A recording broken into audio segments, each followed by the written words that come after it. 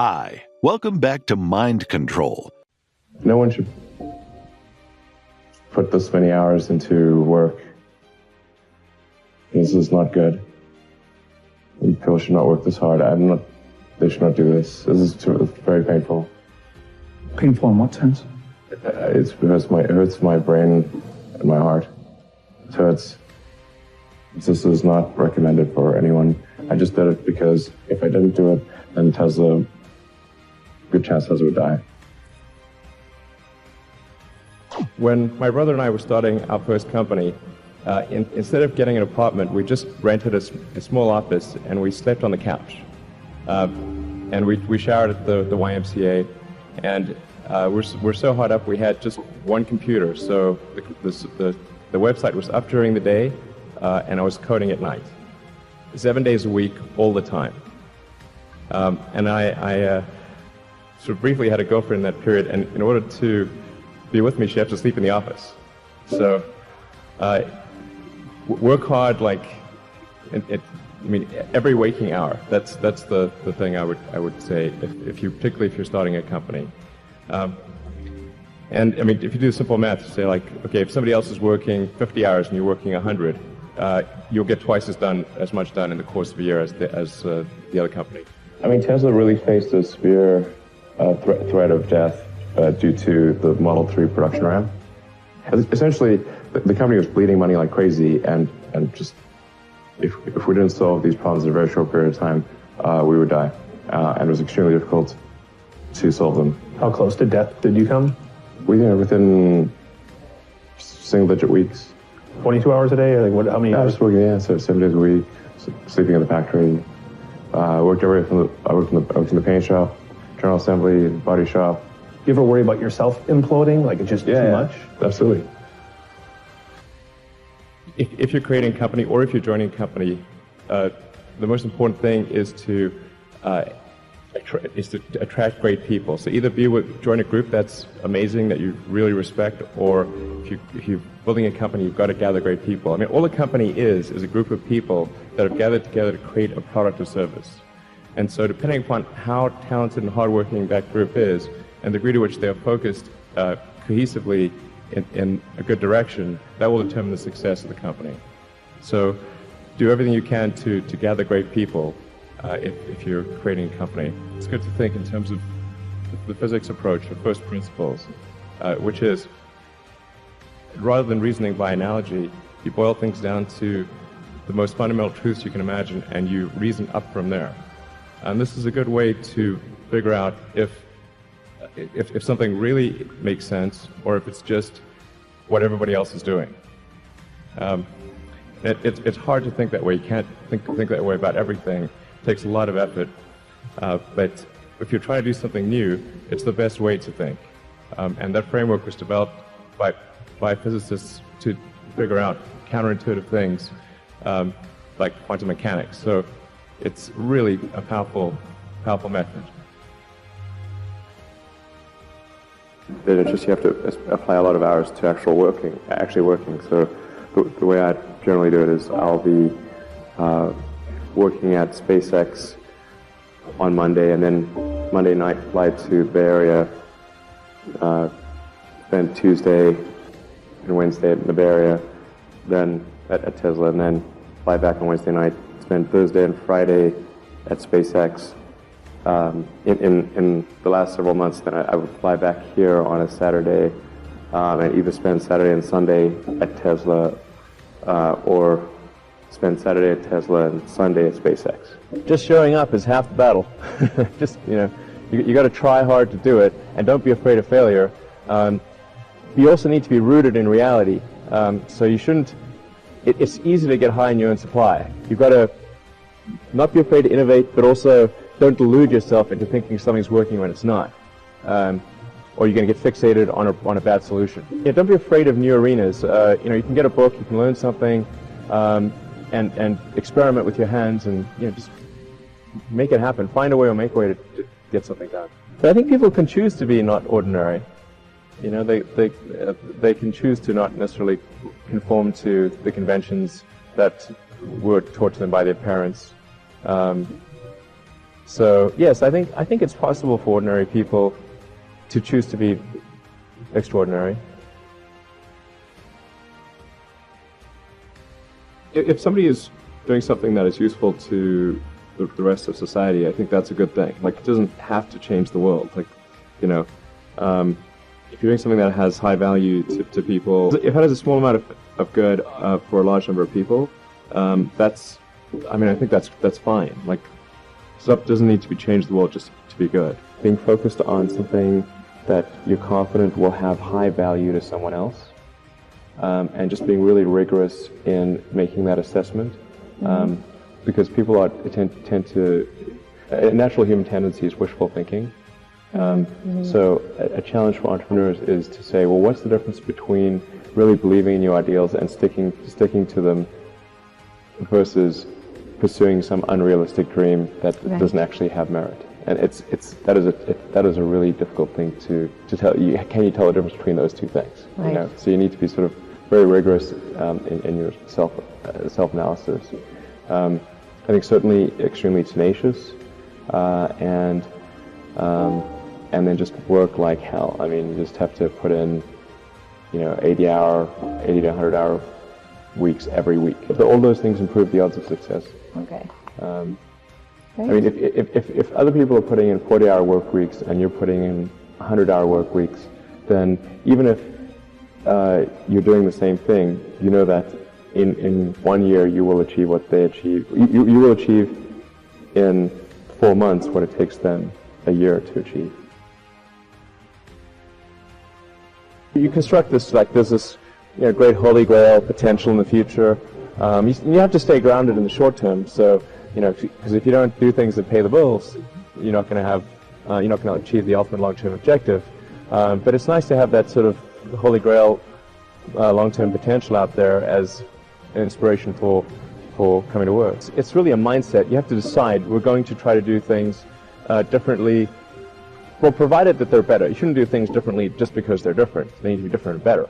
But I think you just have to sort of decide, let's think beyond the normal stuff and have an environment where that sort of thinking is encouraged and rewarded, and where it's okay to fail as well. Because when you try new things, you try this idea, that idea, well, a large number of them are not going to work. And that has to be okay. If every time somebody comes up with an idea that has to be successful, you're not going to get people coming up with ideas. You had that third failure in a row. Did you think, I need to pack this in? Never. Why not? I don't ever give up. I mean, I'd have to be dead or completely incapacitated. You can write everything down if you want to. Be brave enough to write every one of your goals down. But I'm going to tell you something. Life's going to hit you in your mouth, and you got to do me a huge favor. Your why has to be greater than that knocked out. And I love it. Buster Douglas got knocked out. Nobody ever got knocked out by Mike Tyson and ever got back up. It was almost a 10 count. He was stumbling. 4, 3, 2, 1. Ding, ding, ding. Saved by the bell. He goes to his corner. The whole world is like, that's it. Once he comes back out, that's it. Mike's going to just hammer him. And exactly that. Mike Tyson came out like, I got him. I got this kid up against the rope. Listen to me, many of you right now, life's got you up against the rope. You can't give up. You can't give in. Listen to me, if it was easy, everybody would do it. And if life's got you backed up, I need you to do what Buster Douglas did. Buster Douglas started fighting back. World was shocked. Goliath has been knocked down. What happened? And they went to Buster Douglas and they asked Buster Douglas simply like, what happened? And Buster Douglas said, listen to me, it's real simple. Before my mother died, she told the whole world that I was going to beat Mike Tyson. And 2 days before the fight, my mother died. Buster Douglas had a decision to make. When his mother died, he could die with his mother, or he made a decision, I can wake up and I can live for mom. Your why is going to push you when you can't push yourself. Because some days you're going to say, I don't want to get up. But that why is going to say, push yourself. Get up. Your mama needs you. Your daddy needs you. Your children need you. Get up. When you want to quit and give up, your why is going to give you that lift that you need to get to the next level. Your why. And when that thing tells you to quit, you look at it in his eye and say, I ain't going nowhere. I will break you before you break me. You've been through so much hell. You don't quit now. It's the 10th round. You got 2 more to go. And when you get to success, it's not about skill. When you get to a certain level of success, it's about stamina. It's about you won't break me. You can't take me. I fought too long. I fought too hard. I'm unbreakable now.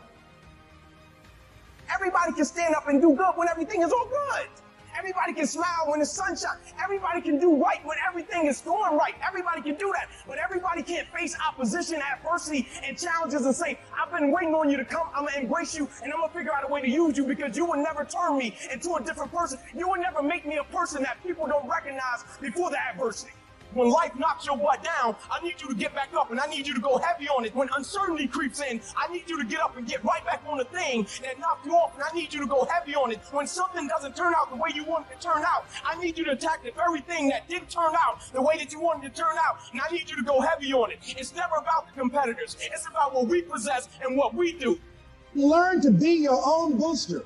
Start building yourself up. Start encouraging yourself. Start saying, I can do this. I can make this happen. When I start trying to convince myself I can be a businessman after flopping and failing and losing thousands of dollars and feeling stupid and dumb, I had to talk to myself because people were saying to me that I was dumb. I had to say, no, Les. Hey, come on, man, get yourself together. You can handle this. You just haven't figured it out yet. It's all right. This is your training period. This is the tuition you have to pay for what you don't know. You got to say yes to your life. You've got to say yes. Yes to my dreams. Yes to me. I can make it. Yes, I can. Doesn't matter how many failures I've made. Doesn't matter how many mistakes I've endured. Doesn't matter about my defeats. Doesn't matter about what I've done. Yes. I don't care about the fact I'm in a hole now. Doesn't matter about where I am. The last chapter to my life has not been written yet. If you judge me now, you'll judge me prematurely. I'm still in the process of transforming my life. I'm still in the process of becoming. Yes. I'm here to talk about success. The first rule of success is to have a vision. You see, if you don't have a vision of where you go, and if you don't have a goal where you go, you drift around and you never end up anywhere. I mean, as you know, I was born in 1947 in Austria after the Second World War. So I was very fortunate that I stumbled onto my vision. And I didn't really like Austria when I grew up. I couldn't wait to get out of there. I couldn't see myself becoming a farmer or a worker in a factory or anything like that. Even though my parents wanted me to stay there and have a normal life. But that was their vision, not mine. My vision was totally different. I felt that I was born for something special, for something unique, for something big. And then one day I went to school. I remember I was 11 years old. And they showed a documentary about America. There they showed in this documentary the huge skyscrapers, the high-rises, the huge bridges, the 6-lane freeways, and all of this stuff, and I said to myself, that's where I want to be. I don't want to be around here with little farmhouses and these little buildings. I want to be in America. One day after school, I walked by a store in Graz. So I went inside and I looked around, and then I saw a magazine. I saw a bodybuilding magazine that had Reg Park on the cover. Reg Park was then a 3-time Mr. Universe. And I saw him on the big screen as Hercules. I read that and I said to myself, wow, this is the blueprint for my life. This is exactly what I want to do. I want to become a bodybuilding champion just like Reg Park. I want to get into movies just like Reg Park. And I want to make millions of dollars and be rich and famous just like Reg Park. You know how great it felt that I knew where I was going? Imagine the majority of people don't know where they're going. I knew where I was going, that I'm going to become this bodybuilding champion just like him. So it was just a question of how do you do it? I was so relieved because when you have a goal, when you have a vision, everything becomes easy. So people always ask me, when they saw me in the gym in the pumping iron days, they say, why is it that you're working out so hard? 5 hours a day, 6 hours a day, and you have always a smile on your face. And I told people all the time, I said, because to me, I'm shooting for a goal. In front of me is the Mr. Universe title. So every rep that I do gets me closer to accomplishing that goal, to make this goal, this vision, turn into reality. Every single set that I do, every repetition, every weight that I lift will get me a step closer to turn this goal into reality. So I couldn't wait to do another 500-pound squat. I couldn't wait to do another 500-pound bench press. I couldn't wait to do another 2,000 reps of sit-ups. I couldn't wait for the next exercise. At the age of 20, I went to London and I won the Mr. Universe contest as the youngest Mr. Universe ever. And it was because I had a goal. So let me tell you something, visualizing your goal and going after it makes it fun. You got to have a purpose no matter what you do in life. You got to have a purpose. 74% hate their job in America. Now, this is not much different when you come to Europe.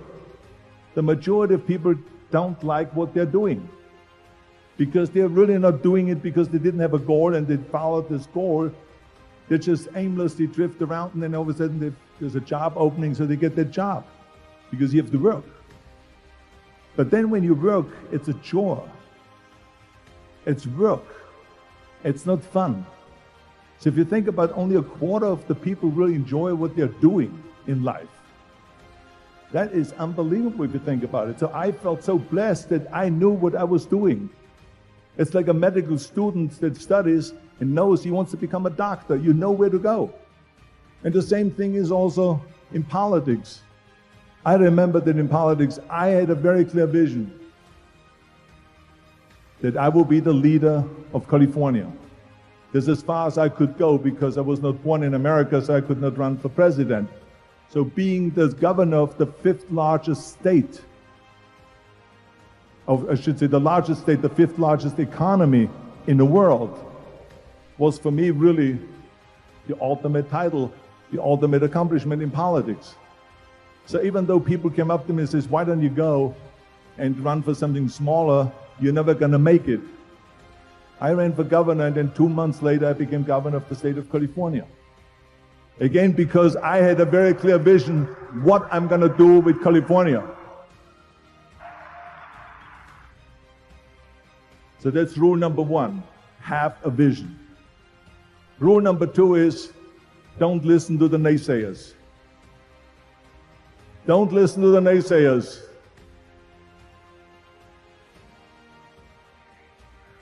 Everything I ever did, the thing that I heard out of people's mouth was, that's impossible. That can't be done. Or no. That is exactly what I heard, and of course I proved to the people that it can't be done. So whenever someone said to me, it can't be done, I heard, it can be done. When they said no, I heard yes. And when they said it's impossible, I heard it is possible. I'm a strong believer of what Nelson Mandela said, that everything is always impossible until someone does it. Well, I'm going to be the one, I said to myself, I'm going to do it and I'm going to show it to them. Maybe it has never been done before. That's perfectly fine with me. But I'm going to do it. And I did not listen to the naysayers. It's all about the hard work that you put in. I said to myself, in bodybuilding, I worked out 5-6 hours a day. I'm going to do the same thing now for acting. And of course, I went to college to study English. I studied the accent removal, acting classes, and all of this stuff, all day long. I worked and I worked and I worked. And within a short period of time, I made one movie called Hercules in New York, which of course went right into the toilet. But it didn't discourage me. I still had the same vision. And then all of a sudden I did Streets of San Francisco. I did Stay Hungry and Pumping Iron and The Villain. And then all of a sudden I was asked by Dino De Laurentiis and the Universal Studio to star in Conan the Barbarian. And after I did Conan the Barbarian, the director at the press conference said to the press, the director was John Milius, he said to the press, if we wouldn't have had Arnold, we would have had to build one. So think about that. The very body that they said can never be sold because the time is wrong. A few years later, I'm doing Conan the Barbarian, and it was the #1 hit at the box office when it came out in the summer of '82. Think about that. And the director says, if we wouldn't have had his body, we would have had to build one. So all of a sudden, my body became an asset, not a liability. And the same thing was with Terminator. After we were finished filming Terminator, Jim Cameron said to the press, if Arnold wouldn't have had that accent and talked like a machine, I think the movie wouldn't have worked. So think about that. The body and the accent that they attacked was an asset. But I didn't listen to those losers. I didn't listen to them at all. It's just the reality of it is that you cannot listen to the naysayers. So it's a very important lesson for all of you. So when someone says, no, this is a stupid idea, you in your mind, you don't have to say it, but in your mind just say this of you asshole.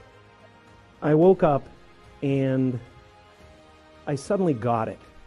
I understood suddenly how thought was just an illusory thing, and how thought is responsible for, if not all, most of the suffering we experience. And then I suddenly felt like I was looking at these thoughts from another perspective, and I wondered, who is it that's aware that I'm thinking? And suddenly I was thrown into this expansive, amazing feeling of freedom from myself, from my problems. I saw that I was bigger than what I do. I was bigger than my body. I was everything and everyone. Now, fear is going to be a player in your life. You get to decide how much. You can spend your whole life imagining ghosts, worrying about the pathway to the future, but all there will ever be is what's happening here, and the decisions we make in this moment, which are based in either love or fear. So many of us choose our path out of fear disguised as practicality. What we really want seems impossibly out of reach and ridiculous to expect, so we never dare to ask the universe for it. I'm saying, I'm the proof that you can ask the universe for it. I wrote myself a check for $10 million for acting services rendered, and I gave myself 5 years, or 3 years maybe, and I dated it Thanksgiving 1995, and I put it in my wallet and I kept it there, and it deteriorated and stuff, but then just before Thanksgiving 1995, I found out that I was going to make $10 million on, I think it was Dumb and Dumber. It's what's happening right now inside everybody is they're going, who am I? And they're depressed, a lot of people, because they're trying to hold up an image in the world. And that's what depression is. People go like, oh, Jim's been depressed and stuff. Well, yeah, I was depressed when I was trying to be the Wizard of Oz instead of the sweaty guy behind the curtain. But now I know that Oz is a character, and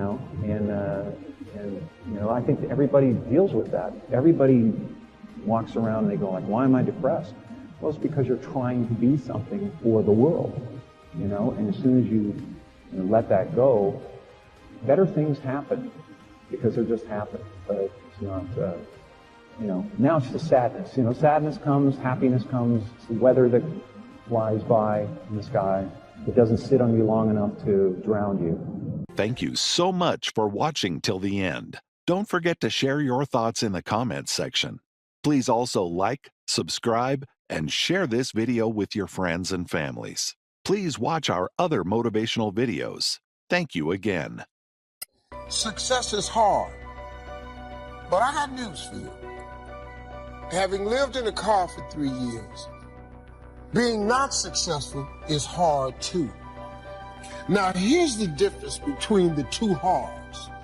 Being not successful and hard, and trying to become successful and hard.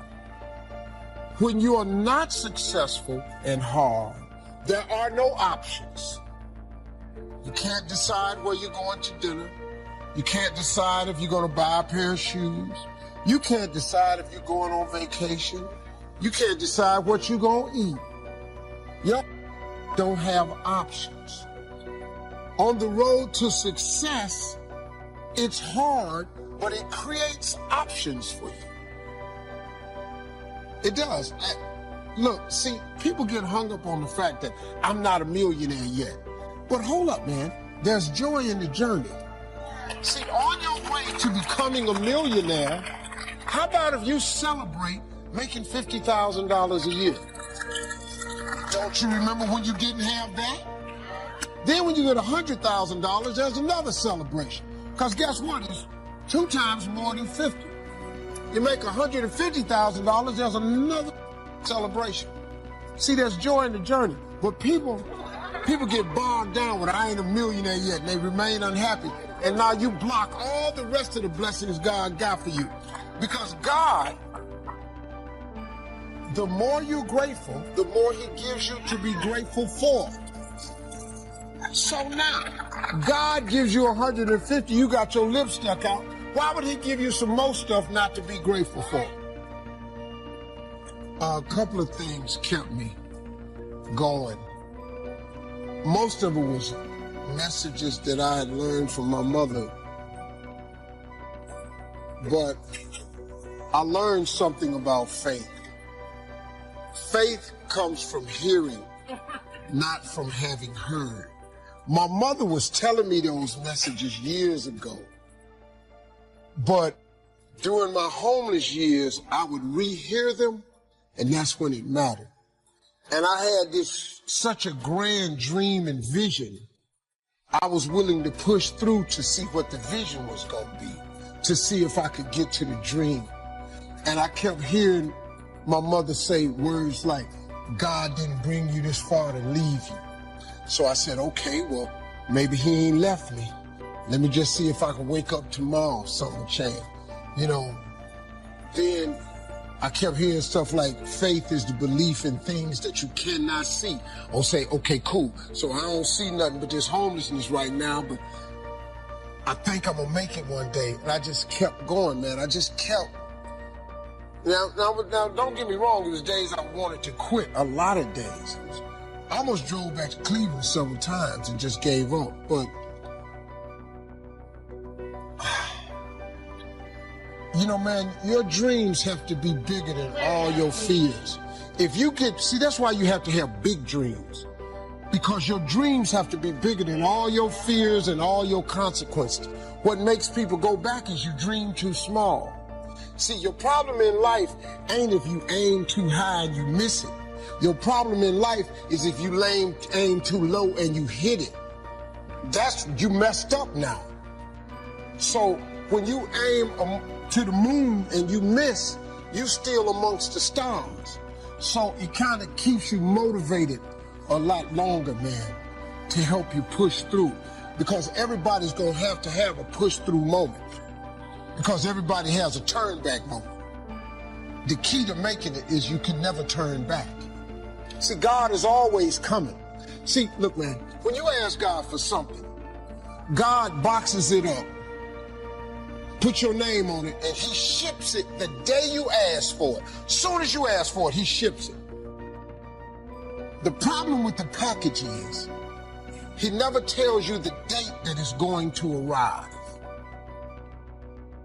If he did that, it would destroy the one element that he requires, your faith. So God sends your package, but he only delivers to Faith Street. If you step off of Faith Street and you go over here to I Don't Believe It Boulevard, he don't ship there. If you step over here to I Don't See How Avenue, he don't ship there. If you step over here to ain't no way circle, he don't ship there. The package only goes to Faith Street. What happens to the average person is that when the package arrives and you ain't on Faith Street, it's just like the post office and FedEx, UPS. If you ain't there, the package got to go back. You know how many packages you got in heaven with your name on it that got sent back? This is real talk, man. This is how it works. Being successful, y'all, is not a magic trick. You have to learn the principles of success. And you can be successful at anything. You really can, man. I don't have no education. I'm not really like school smart, none of that. Now, I got a lot of people who work for me got degrees.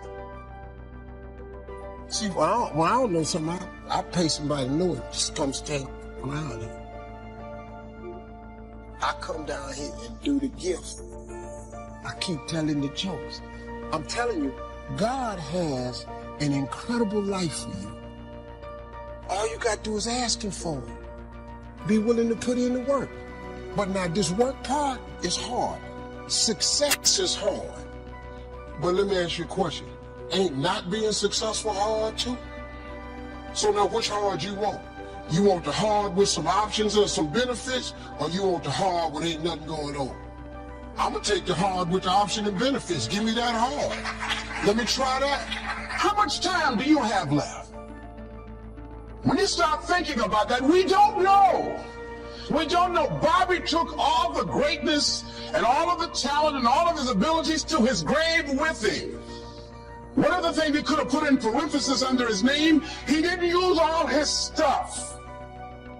And most of us do that. Most of us don't use the stuff that we have brought into the universe.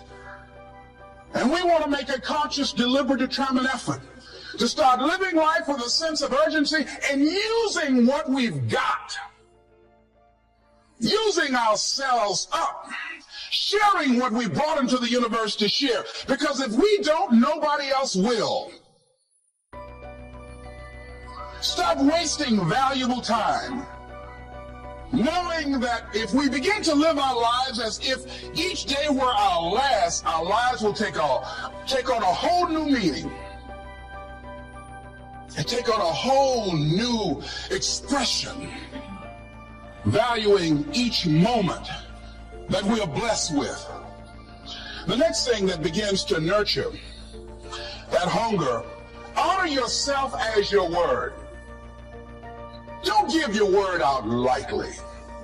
When you throw your word out there and you don't honor it, it makes a statement about you. If you decide to maintain a sense of integrity with yourself, that if I speak it, I'm going to live it. It's who I am. And I'm going to be very cautious in how I give my word to others, and most of all with the commitments that I make to myself. Because I want my life to reflect my words and honoring who I am and what I express. Another challenging area in terms of nurturing and developing that hunger in yourself is learning the art of becoming single-minded. Learning how to concentrate. Learning how to focus in. And you'll be surprised at the things that you're able to do. When you learn how to block things out, when you learn how to keep thine eyes single, you'll be surprised at the ideas that will come to you, of the people that you'll be able to attract, of the opportunities that you'll be able to see. You begin to see things that have been standing there looking you in the face saying, I can't believe this has been here all this time. I'm nothing no more than you. You know, my job has been exceptional, though. I've been very blessed in that I've lived a life. God has enabled me to pursue my passion and tied it to my gift. I'm gifted at comedy, and I've been able to pursue it. So I wake up every day, and for a living, I play music and tell jokes. How big of a blessing is that? But you know, people, they look at that, But see, you lose sight of the fact that I'm 54 though. And you don't know the fact that I've been doing this 27 years in order to get to the point where I can wake up and play music and tell jokes for a living. It's like my guest Tim Gannon, who explained the fact that he wanted to play polo. He didn't buy a pony till he was 40. He saw the first race at 16, the first match at 16. He didn't get there till he was 40. But so people look at him as the owner of the Outback Steakhouse and they go, wow, but they have no idea the journey and the stress. And what I want to talk to you about is stress. What stress is, what it really is. How it's necessary if you're planning on getting to where you're trying to go to. See, stress is God's way of training you. It's preparation. But what most people do is, see, once you get stressed, you don't want that no more. So now you give up. You through. I'm stressed, so I don't want it. Nobody likes stress. You know, I work with a trainer. I have to work out. You know, 54, I'm supposed to, really, I ain't nothing fly, nothing like that. Really, I am, but, you know, I'm not, you know, you've been to your reunion.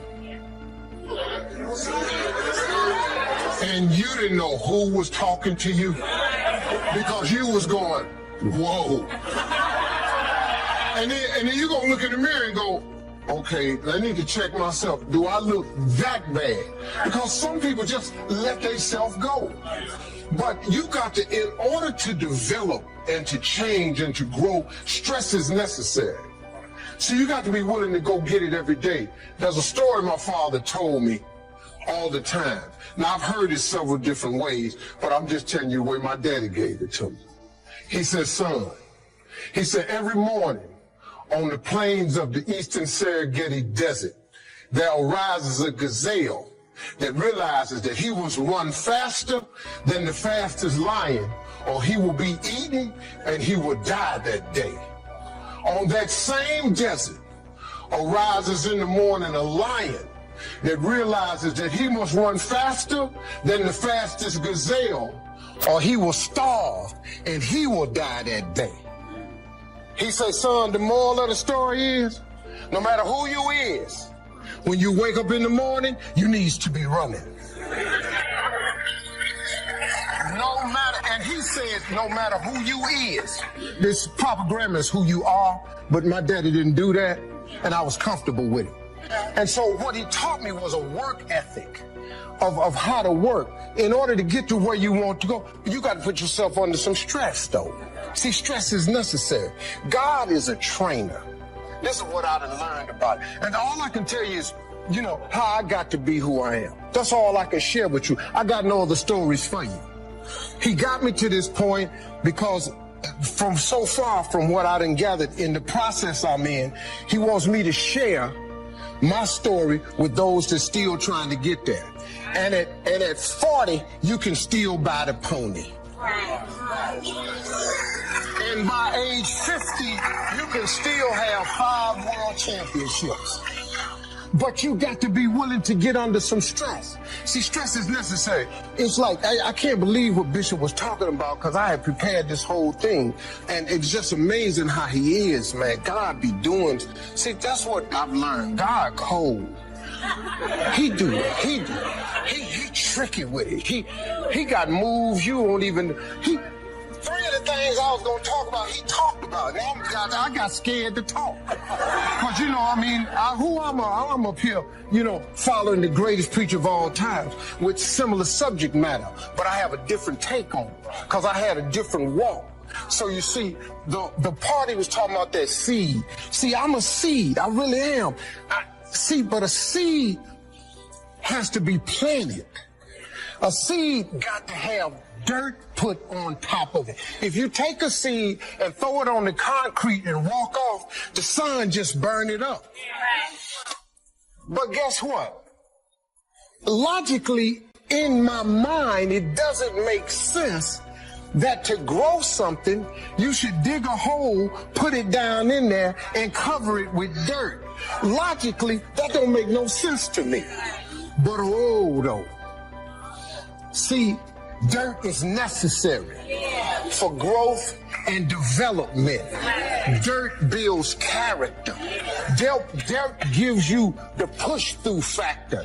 Dirt makes you come with it when you don't feel like coming with it no more. And you get dirt in a lot of different ways. All of y'all that had dirt thrown on you. And dirt ain't always what you want. It's somebody talking about you down on your job. It's somebody accusing you of something that you didn't do. It's somebody telling you you ain't gonna make it. It's somebody sharing information about you that ain't true. That everybody get dirt put on them. But see, when you getting put under that stress, please know God is always working. Kirk Franklin's song, God is always working, so I smile. Because I know he back there. See, that dirt builds character in you. When they talking about you, it teaches you to withstand it. Then it gives you something to push through. So when you put the seed and you put the dirt on it, if you understand stress, stress really ain't just dirt.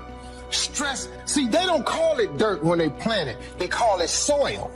Because, see, soil has nutrients in it. What the nutrients, when people talking about you, dogging you, lying on you, backbiting, stealing from you, talking about you, they're actually putting nutrients in you.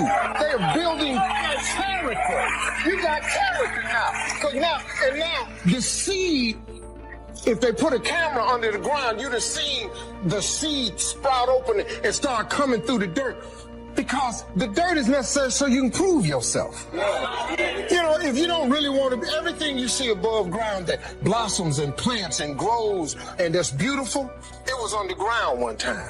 All them potatoes, collard greens, they was underground one time. Them apple trees, they was underground one time. So they had to prove themselves. See, you want to be successful, well then you got to prove yourself. You got to push through the dirt. You got to come up through here. You got to come out, then you sprout, and then Bishop say, then you become a tree. Next thing you know, you got fruit. So when you under stress, take the stress for what it is. Don't get fooled. Don't just think, oh, man, Lord must not mean for it to be. What you tripping for? What you talking about? How you think you're going to be a plant, a tree, a flower, a bush, and ain't no stress? How you going to get to be that without no dirt? Didn't they do Jesus? How you figure you supposed to get up out of here? He was pretty perfect. We ain't even perfect. See, I expect dirt now. I expect people to talk about me. Matter of fact, I look forward to it now. Do your thing, because if I can weather what happened to me and my family earlier, you can bring whatever you got now. There's some more stuff going around now that's about to happen. Bring it. Because now I have developed a character. That is stress. Here's a habit that I do. Maybe it might be of some value to you. I get up in the morning and I start writing what great ideas that I can think of today that can improve me and that will enable me to reach my goal. And I just let my mind flow. Sometimes I write 15, 20 ideas. Some days it's more difficult than others. One idea can change your life. One idea can turn your life around. Deciding that you're going to focus to develop your skills. The guy was the new owner of a baseball team that was in the basement of the league when he took it over. He went to the pitcher and he said, what is your best throw? And he said, well, I got a good curveball and I've got a good fastball. And he went on talking about his different throws. He said, but tell me this, what is your best throw? He thought for a moment. He said, I've got a good fastball. He said, that's all I want you to work on. Nothing else. Just develop your fastball. The next year, they went to the World Series. Most people don't know where their fastball is. Most people go through life never discovering what their talents are. Most people never develop their talents. They have skills and abilities, but if you don't nurture them, if you don't develop them, they will never serve you. Your gifts can take you many places if you develop your gifts.